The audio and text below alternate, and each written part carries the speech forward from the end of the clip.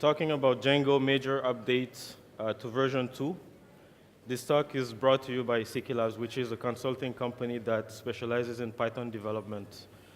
What we do essentially is custom tools for company, whether it's a complete or a partial implementation. We also support and invest in startups, ideas that we find interesting. All right, so that's it for a commercial. Let's start. So I'm Ibrahim. I'm a Python developer consultant at CK Labs. I'm very excited to be at PyCon Nigeria. And we can't thank enough the organizers, as these are the first PyCon, and I believe there's no more difficult conference to organize than the first one. And, well, we have to thank the initiators. So, yeah. Please give them a round of applause, please. Okay. Some of you might know I'm from Senegal, right? And Senegal is formerly known as Jollof Empire, AKA where the Jollof rice is from. And since we're thanking initiators, you know, you have to thank Senegal, right? But we're not here to talk about Jollof rice. Maybe at the end, if you want, during Q&A, you can come and ask me questions, one by one. But I'd rather speak about Django 2 version 1 now, yeah? Okay. So this is how this talk would be structured. I will go over major changes and then discuss about minor ones, a few ones. So for each part, I'll go over possible impact in day-to-day development. I will also discuss on how we're dealing with it and maybe how you could before concluding. Okay, so let's dive. By any chance, could you tell me one major change in this new Django version? Anyone? I think this is one of the biggest ones. It's named Django 2, but it's dropping support for Python 2. And can you imagine that Django 2, Python 3? Anyway. Most people don't get it, but one of the major changes in this version is actually this dropping. And for me, it has the bigger impact because Python 3 is also a major version. And especially for a large project, it could be like problematic with many dependency and stuff like that. So some developers are putting on hold their Django upgrade because of this kind of issues. But porting to Python 3 is also a good opportunities for everyone if you want to contribute to open source project, for example. So sometimes it's just about updating some syntax. And so, yeah, if you have the occasion, do not hesitate. Go ahead and send those pull requests. It will help a lot the community, and it will help me.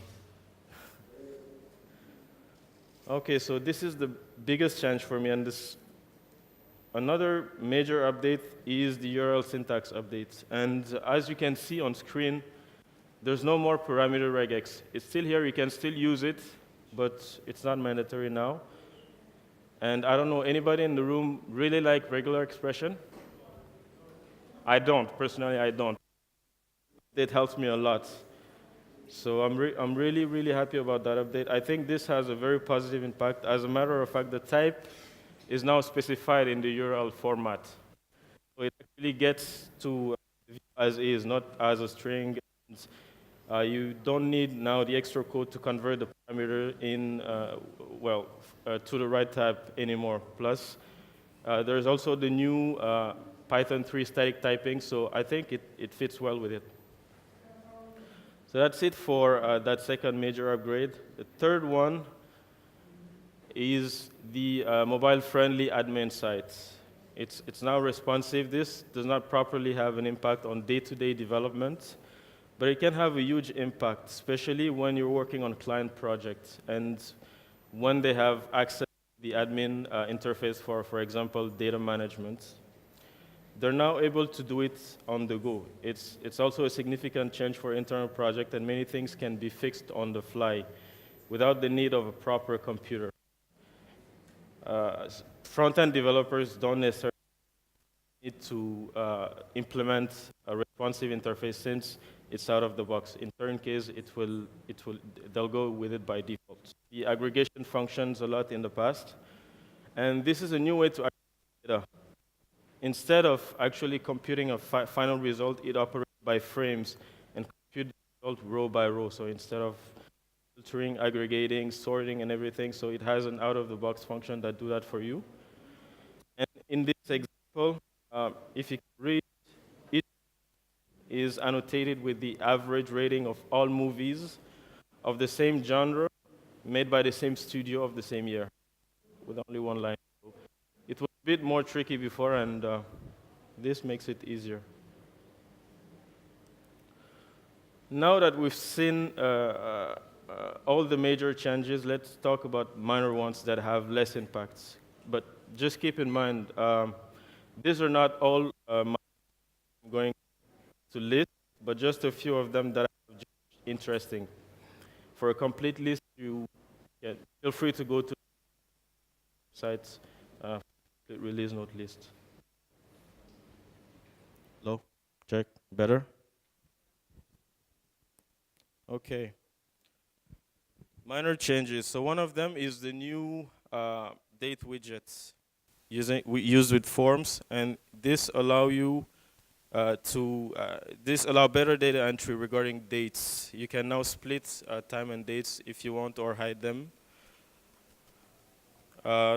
This little code in gray is just, you don't have to, it's actually on the Django website. That's why I put it so small, so you just have to worry about the fact that it's here. You can now add extra context to your URL itself. So you don't need to go to the views and then add the extra context, or add a request context directly in the code. It's useful when you have templates view, for example, and you don't want to write that extra code in the view or create a request context to it. You can now pass it directly from the URL. You can now name squash migration. Squash migration is actually the fact of combining multiple migration into one. It's useful, for example, when while you're developing a single feature, you have many migration going on, and you can now combine them and name them with a friendly name and then push your code. It will be easier for the other developers to understand that.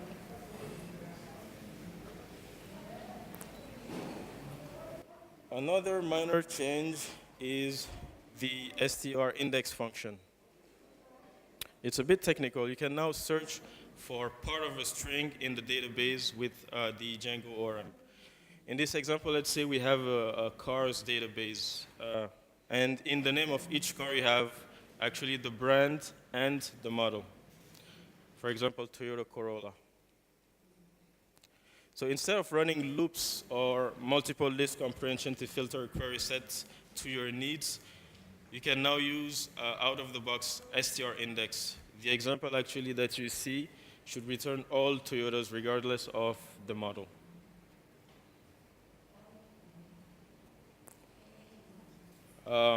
HTTP 1.1 is now supported by Django. Nothing really to add about it, or that it's important. That's it. And if you go through the Mozilla documentation, I have a link posted here. You can have very interesting documents about the evolution of HTTP. There's also the fact that the onDelete parameters is mandatory now for all foreign keys in Django models. This has a sure impact when migrating codes, as you can imagine.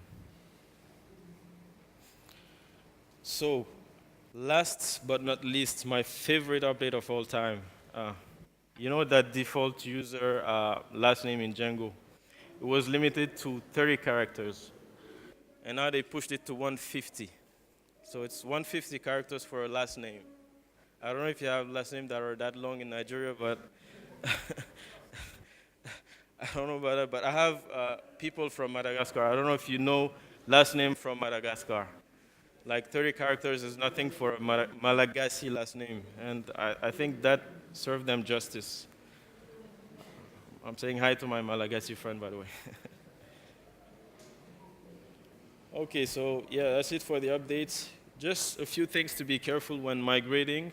The Python 2 drop pay a really, really, really, really big attention to that. Inspect your codes, inspect your codes, inspect your code. Check your dependencies as well. You have to really check them. Check your dependency, guys.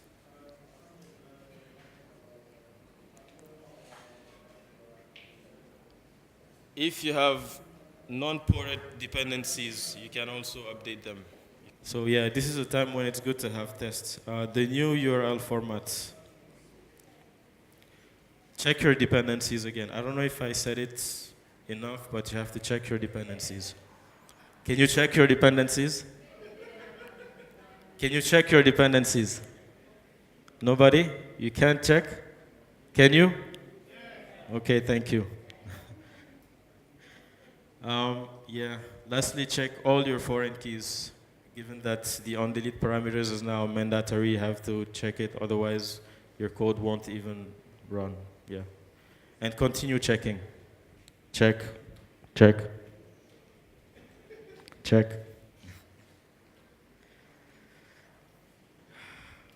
Okay, so yeah, if you ask me, this new major version brings a lot of new stuff, but it also deprecates a lot.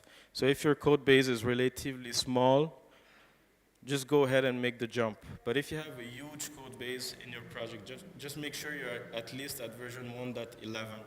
Because this is an LTS, so it's a long-term support version, and it should get extended support at least until 2020. So you have 2 years, and hopefully your dependency will be sorted out by then.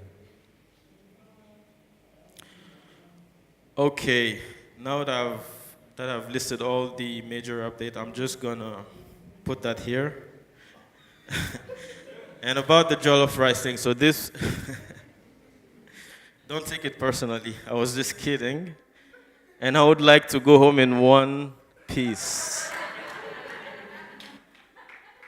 Please, just one piece. So don't forget, there is a code of conduct. I slightly modified it.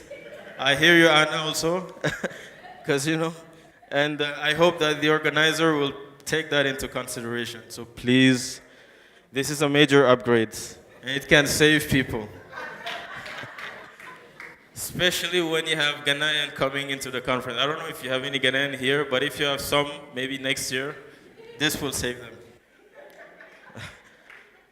And also, I'm your brother. See?